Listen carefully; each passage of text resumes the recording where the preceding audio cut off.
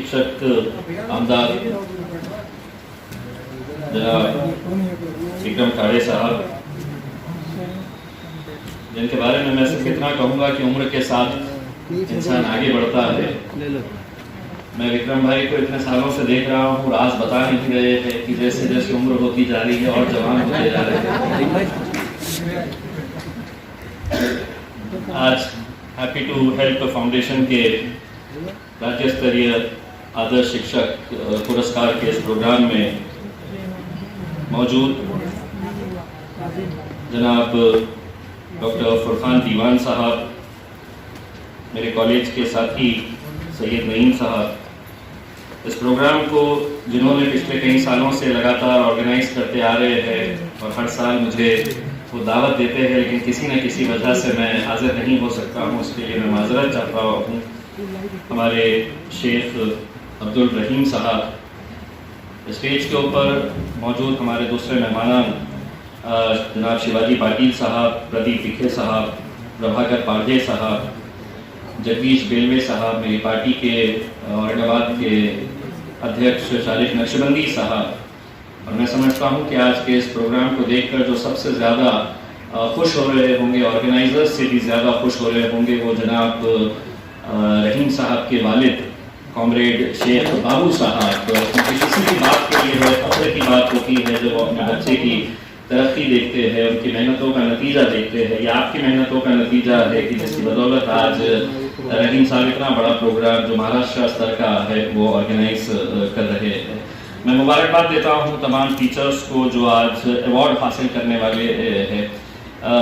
जो हमारी एंकरिंग कर रहे हैं मेरे छोटे भाई अब्दुल रहीम साहब,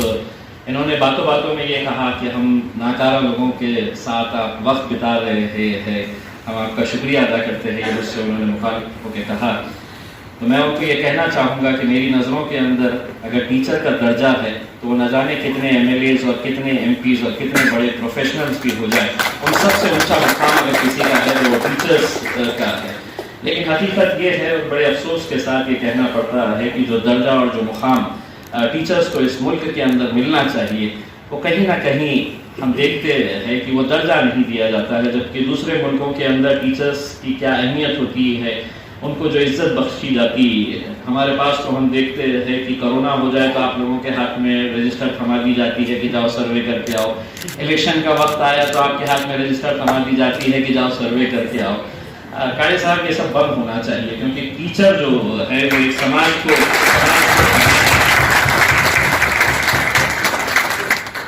आप कहिए, हमारे राजनीतिक पार्टियों के पदाधिकारियों से कहिए वो काम ये कर लेंगे, इनको सिर्फ पढ़ाने का काम करिएगा, क्योंकि ये अगर पढ़ा रहे हैं तो ये एक मुस्तकबिल को तैयार कर रहे हैं, देश को तैयार कर रहे हैं। और इनको इस तरह के कामों के अंदर ना लाया जाना चाहिए। बल्कि मैं तो चाहूँगा कि काड़े साहब ने इस तरह का एक प्रस्ताव असेंबली के अंदर रखना चाहिए कि आप किसी को भी, किसी भी दूसरे प्रोफेशन के लोगों को आप इन कामों के अंदर इन्वॉल्व करिए, लेकिन टीचर्स को इस तरह से मत ये करिएगा कि वो लोग सड़कों के ऊपर हर छोटे काम के लिए है तो उनको बाहर निकाला जाए। तो ये एक ठहराव अगर आपकी तरफ से पास होता है तो यकीनन मैं समझता हूँ कि एक बहुत अच्छी पहल होगी। आपने ये कहा है काले साहब कि मैं रहीम साहब के सर के ऊपर हाथ रखूं करके। मैं इतना बड़ा आदमी नहीं हुआ हूं कि मैं किसी के सर के ऊपर हाथ रखूं, लेकिन रहीम भाई के गले में हाथ डाल के मैं एक दोस्ती का पैगाम उन्हें जरूर देना चाहूँगा, क्योंकि मैं उस ओहदे के ऊपर अभी तक नहीं पहुँचा हूँ कि जहाँ पर मैं किसी के सर के ऊपर हाथ रख सकता हूँ। ये तो अल्लाह का करम है कि आप लोगों की दुआओं की वजह से मैं आज इस मुकाम के ऊपर पहुँचा हूँ, जहाँ पर लोग सोचते नहीं थे, कभी समझ नहीं सकते थे, लोगों को यकीन नहीं होता था कि कभी एक MP भी अचानक एक महीना भर पहले अगर तैयार हो सकता है तो वो लड़ सकता है और जीत भी सकता है। लेकिन एक पूरे देश भर में हमने उदाहरण दिए हैं कि हमारा काम अगर मेहनत करना है, अगर हम शिद्दत के साथ मेहनत करेंगे तो नतीजे क्या होते हैं, वो नतीजे का ही एक फल है जो मैं आज आपके सामने खड़ा हुआ हूँ। और आप लोगों की ही मेहनत और दुआओं का नतीजा है जिसकी वजह से आज ये मुमकिन हुआ है। मैं तमाम लोगों को तहे दिल से शुक्रिया अदा करता हूँ। मेरे सर के ऊपर जब ये फेटा बांधा जा रहा था तो मैं रहीम साहब से ख्वाहिश करना चाह रहा था कि इस रंग का फेटा अगर बांधे होते तो मुझे और ज़्यादा अच्छा लगा होता, क्योंकि शहर के अंदर हमने रंगों को बांट दिया था। हमने ये समझ लिया था कि भगवा रंग किसी एक जाति से ताल्लुक रखता है, हरा रंग किसी एक का, नीला रंग किसी एक का, लेकिन ये वो रंग है जो हमारे तिरंगे के अंदर है, और तिरंगा पूरा हमारा जब है, ये हमारे सब अपने ही रंग है। लेकिन छोटी छोटी बातों के अंदर हम लोगों ने अपने आप को इतना उलझा कर रख दिए थे। लेकिन आज अल्हम्दुलिल्लाह एक अच्छी टीम यहाँ पर तैयार हुई है। हमारे विक्रम काड़े साहब जैसे लोग हैं जो समझदारी के साथ आगे बढ़ते हैं। हम सब साथ में मिलकर, चुनाव जब आता है तो चुनाव लड़ा जाए, चुनाव के अंदर है तो आपको जो इल्ज़ाम लगाना है लगा सकते हैं, लेकिन 5 साल के लिए हम सब एक साथ मिलकर अगर आए तो यकीनन हम एक सिर्फ यहाँ पर शहर के अंदर होर्डिंग्स ही नहीं लगाए और खुश हो जाए कि आई लव औरंगाबाद करके। हमको फख्र भी होना चाहिए जब वो होर्डिंग्स देखते हैं तो हाँ, आई रियली लव औरंगाबाद करके। तो ये बहुत सारे होर्डिंग्स आज जो लगाए जा रहे हैं वो इस बात का हम पैगाम देना चाह रहे हैं कि आप अगर इस शहर से अगर मोहब्बत करते हैं तो आपको इस शहर को अपना समझना होगा, और छोटी छोटी बातों की जिम्मेदारी आपको अपने तौर के ऊपर उठानी होगी। जैसा मास्क के बारे में तो काड़े साहब ने कहा है कि मैं और काड़े साहब तो पहन के आए हैं, आप लोगों से हम ये अपील कर रहे हैं कि मास्क लगाए करके। लेकिन काड़े साहब, मुझे एक चीज समझ में नहीं आ रही है कि कल सरकार ने एक फैसला लिया है कि फिर से है तो रात का कर्फ्यू, तो ये सरकार के साथ वायरस की कब बात होती है, कि कौन सी चर्चा होती है जिसमें ये तय होता है कि वायरस कहता है कि मैं दिन में आराम करो, रात में निकले तो आऊंगा। ये कुछ समझ में नहीं आ रहा है। और मुझे ये भी कुछ समझ में नहीं आ रहा है कि मैं बिहार के इलेक्शन के अंदर था और 50-50 हजार लोगों की सभाएं हम वहां पे लेते थे लोगों की, और मैं ढूंढता था कि उन 50,000 के अंदर एक आध तो बंदा दिख जाए कम से कम मास्क लगाया हुआ। तो हम भी बड़ी ईमानदारी के साथ 2 दिन तक लगाए थे, लेकिन तीसरे दिन वो बिहारी आंख पे चढ़ते थे, बोलते साहब एक फोटो लेना है करके। तो हम बोलते थे लो, तो मास्क खींचते थे, मास्क हटाइए साहब। तो तीसरे दिन हमने भी मास्क लपेटा और जेब में रख दिया, और हमने कहा कि अब जो भी होगा अल्लाह के भरोसे के ऊपर होगा करके। ये है कि हम लोग अपनी अपनी जिम्मेदारियों को समझें और इस शहर को और अच्छा खूबसूरत बनाने में आप लोगों के ताउन की ज़रूरत है। मुझे मालूम है कि इस कोरोना के पीरियड के दौरान कितनी सारी दिक्कतों का सामना टीचर्स को करना पड़ा है। बहुत सारे टीचर्स को आज ऑनलाइन क्लासेस लेने के लिए जब कहा जा रहा है तो एक नया कंसेप्ट है जो चाहे मेरे हिसाब से स्टूडेंट्स के लिए भी एक नया कंसेप्ट है और टीचर्स के लिए भी एक नया कंसेप्ट है। लेकिन अब किसी ने सोचा नहीं था, आपके कभी हमारे ख्वाब में भी हमने कभी सोचा नहीं था, एक छोटा सा ऐसा वायरस जो आंख से दिख भी नहीं सकता है, जिसको हम कभी देख भी नहीं सकते हैं, उसमें इतनी ताकत है कि वो पूरी दुनिया को बंद कर सकता है। लेकिन एक ऐसा है, अब हम तो यही दुआ कर रहे हैं और आप लोगों से भी यही दुआ कर रहे हैं कि 2020 जाने में अभी महज 1 हफ्ता बचा हुआ है। दोबारा ये 2020 कभी हमारी जिंदगी के अंदर लौट करना है, ये दुआ करनी चाहिए कि 1 साल कैसा गुजारे है लोगों ने, इन परेशानियों के साथ गुजारे हैं, वो देखते हुए उम्मीद के साथ हम लोगों को आगे बढ़ना है कि आने वाला साल हम लोगों के लिए खुशियों का रहे। एक नई उमंग, एक नई ताजगी के साथ हम लोग आगे बढ़े। टीचर्स की जितनी दिक्कतें हैं, मुझे मालूम है कि विक्रम साहब आपके बहुत सारे मुद्दों को उठाते हैं, लेकिन एक खासदार की हैसियत से मेरी भी कोशिश है कि जब मैं काड़े साहब, मैं जब ग्रामीण क्षेत्र के अंदर जाता हूँ और विजिट करता हूँ, वहाँ के स्कूल्स की जब हालत देखता हूँ तो मुझे पर्सनली इस बात का बड़ा अफसोस होता है कि कहीं कहीं गांव के अंदर कुछ इमारतों की ऐसी हालत है कि जहाँ पर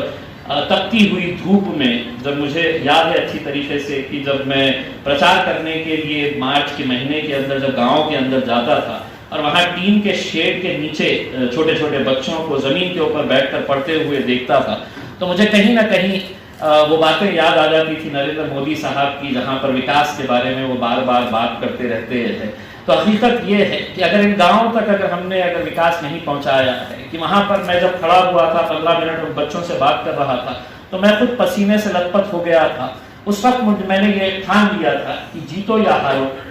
कुछ भी नतीजा हो, लेकिन ये स्कूल्स को बेहतर बनाने की जिम्मेदारी मैं उठाऊंगा करके। और मैंने अपने तौर के ऊपर सरकार के पास इसका मैंने ये किया है। सरकार भले ही मुख्यमंत्री शिवसेना के हो, राष्ट्रवादी के हो, कांग्रेस के हो, लेकिन ये मुद्दा चाहे वो अजीत पवार साहब यहाँ पर मीटिंग लेने के लिए आए थे या मुख्यमंत्री साहब उद्धव साहब यहाँ पर मीटिंग लेकर आए थे, ये मुद्दे को मैंने बार बार उठाया था कि यहाँ के स्कूल्स की हालत बेहतर होनी चाहिए करके। उस वक्त तकरीबन कुछ स्कूल्स को आइडेंटिफाई किया गया था, लेकिन कोरोना की वजह से वो मामला भी थोड़ा सा ठंड बस्ते में आ गया है। इंशाल्लाह हम कोशिश कर रहे हैं कि सरकार के पास से बहुत ज़्यादा उम्मीद करना गलत होगा, क्योंकि कोरोना की वजह से आपके पास भी फंड्स नहीं है, पैसा नहीं है, ये हम जानते हैं, लेकिन कॉर्पोरेट्स के पास, इंडस्ट्रीज के पास बहुत पैसा है। और हम CSR फंड के जरिए हम ये कोशिश कर रहे हैं कि किसी एक बड़े कॉर्पोरेट हाउस के पास 10, 15, 20 स्कूल्स की जिम्मेदारी दे दे कि आप इस इमारत को बेहतर बना दे करके। और बहुत सारे ऐसे कॉर्पोरेट्स हैं जो आगे आकर इस काम को अंजाम देने के लिए। तो मैं आपसे भी अपील करना चाहूँगा कि आपके जितने भी स्कूल्स है या आपके टीचर्स जो है, आपका नेटवर्क होने की वजह से अगर आप ये जानकारी अगर हमें देते हैं कि इस गांव के अंदर इस स्कूल की हालत वाकई में खराब है और उसको बेहतर बनाया जा सकता है, तो यकीनन हम और आप मिलके हम लोग इसको बनाने में, बेहतर करने के अंदर पूरी ईमानदारी के साथ कोशिश करेंगे। और मैंने तो लक्ष्य रखा है कि आने वाले अब बहस 3-3.5 साल बचे हुए हैं, उसके अंदर जितना काम कर सकते हैं कर ले, क्योंकि आगे का वक्त क्या होता है किसी को पता नहीं। राजनीति के अंदर कब किसके साथ क्या होने वाला है पता नहीं है। ये मौका आ गया था, धन्यवाद है हमारे दोस्त कन्नड़ का कि जिनकी वजह से मैं खासदार बन गया। आगे पता नहीं है क्या होने वाला है, लेकिन अगर विक्रम काले साहब की मेहरबानी रही तो आगे भी अच्छा रहेगा इंशाअल्लाह, हमारी उम्मीद है। मैं एक बार फिर से आप तमाम का तहे दिल से शुक्रिया अदा करता हूँ और तमाम टीचर्स को बहुत बहुत मुबारकबाद पेश करता हूँ। बहुत बहुत शुक्रिया।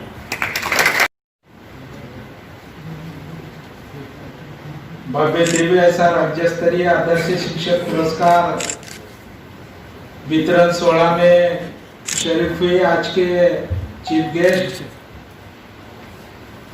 हमारे हरदिल अजीज दोस्त और हमारे बाजू रहने वाले और औरंगाबाद ऐतिहासिक नगरी में जिन्होंने चुन के आने के बाद एक इतिहास रचा है, वो हमारे औरंगाबाद जिला के MP खासदार इम्तियाज जलील साहब, मंच पर उपस्थित हमारे राष्ट्रवादी के हमारे साथी, महाराष्ट्र में से जिनको उनके अच्छे काम के लिए चुनकर उनको अभी हम पुरस्कार देके नवाजने वाले हैं, वो सभी महाराष्ट्र में से आए हुए हमारे टीचर्स भाई और बहनों, सभी हमारे पत्रकार मित्र, सभी हमारे फोटो खींचने वाले फोटो वाले मित्र, आज हम एक बड़े मुश्किल से दौर कर रहे हैं। पिछले 8 महीने से स्कूल बंद है, अभी भी कोरोना गया नहीं, हालांकि रात से और दूसरा, लेकिन से वो ब्रिटेन से आने वाला है ऐसा कहा जा रहा है। अभी शासन तो पूरी कोशिश कर रही थी, कल रात से ही महाराष्ट्र के सभी महानगर पालिका क्षेत्र में कर्फ्यू लगाने का काम किया। ब्रिटेन से जो हवाई आ रहा है वो भी उसको भी रुकवाने का काम किया है, लेकिन हमारे सिर के ऊपर एक टांकी तलवार है कि कब वो ब्रिटेन से आएगा। लेकिन हम अभी तैयार है लड़ने के लिए, क्योंकि पहला कोरोना तो हमारे जान पहचान का नहीं था, इसलिए हमें बहुत डर गए और एक ऐसा माहौल हो गया कि कोरोना हो गया तो वो जाने वाला है। लेकिन हम देख रहे इस हॉल में किसी को भी मास्क नहीं, इसका मतलब हम डरते नहीं, तुम आ जाओ। लेकिन मैं और इम्तियाज जलील साहब मास्क लगा के आए हैं, क्योंकि हम आपके प्रतिनिधि हैं, तो हम आपको बोल रहे हैं कि आपको बचाओ, मास्क लगाओ। आपकी जिम्मेदारी, कुटुंब की जिम्मेदारी आपके ऊपर है, इसलिए आपको बचना चाहिए, आपके कुटुंब को बचना चाहिए, इसलिए मास्क लगाओ। आप सुरक्षित अंतर रखकर बैठे हैं, इसके लिए भी मैं आपका अभिनंदन करता हूं। लेकिन फिर भी हमको कोरोना से डरना ही डरना है, क्योंकि वो ऐसी बीमारी है कि मैंने तो देखी नहीं आज तक, जलील साहब ने भी नहीं देखी, बराबर है। अल्लाह करे वो ना आ जाए, अगर पकड़ लिए तो उसको फाइट करना पड़ेगा, लेकिन हम अभी लोगों में रहते हैं तो बता नहीं सकते कब क्या होगा। लेकिन हम आपको इतला करते हैं कि आप भी डर के रहो,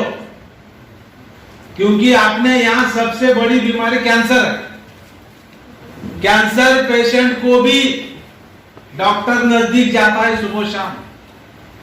घर वाले नजदीक जाते हैं, भाई तू ठीक होने वाला है, तू अच्छा होने वाला है।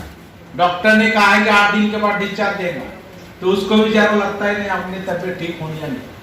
लेकिन ये बीमारी में ना कोई पास आता है, ना किसी को किसका मुंह दिखने को मिलता है,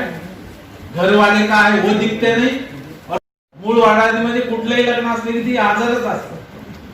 वैसा हमारा काम है, शेख रहीम का प्रोग्राम रहो हम हाजिर है, कोई आवे ना।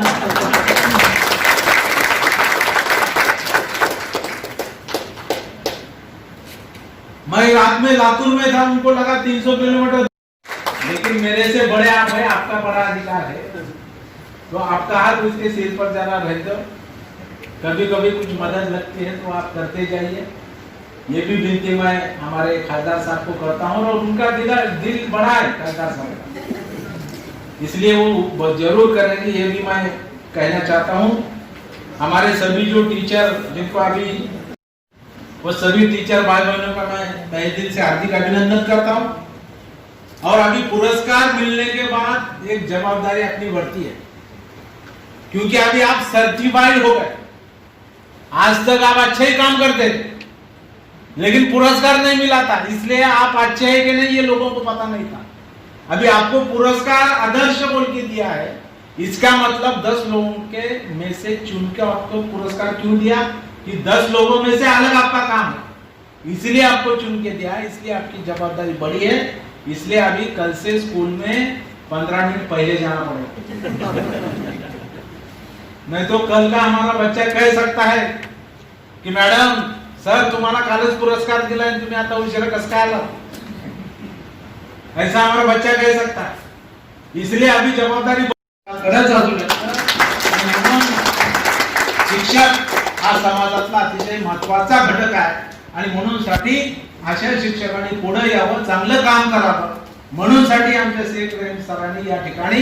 हा अवॉर्ड सोहळा घेण्याचं काम या ठिकाणी केलेलं आहे, आणि म्हणून साठी आपली जबाबदारी वाढलेली आहे, आणि ती जबाबदारी पूर्ण करण्याचं काम आपल्या सर्वांच्या हातून नक्की होईल, अशा प्रकारची ग्वाही सुद्धा मी या निमित्ताने व्यक्त करतो। आपल्या प्रश्नासाठी, आपल्या हक्कासाठी लढण्याचं काम आम्ही सातत्याने त्या ठिकाणी करतो। आता सुद्धा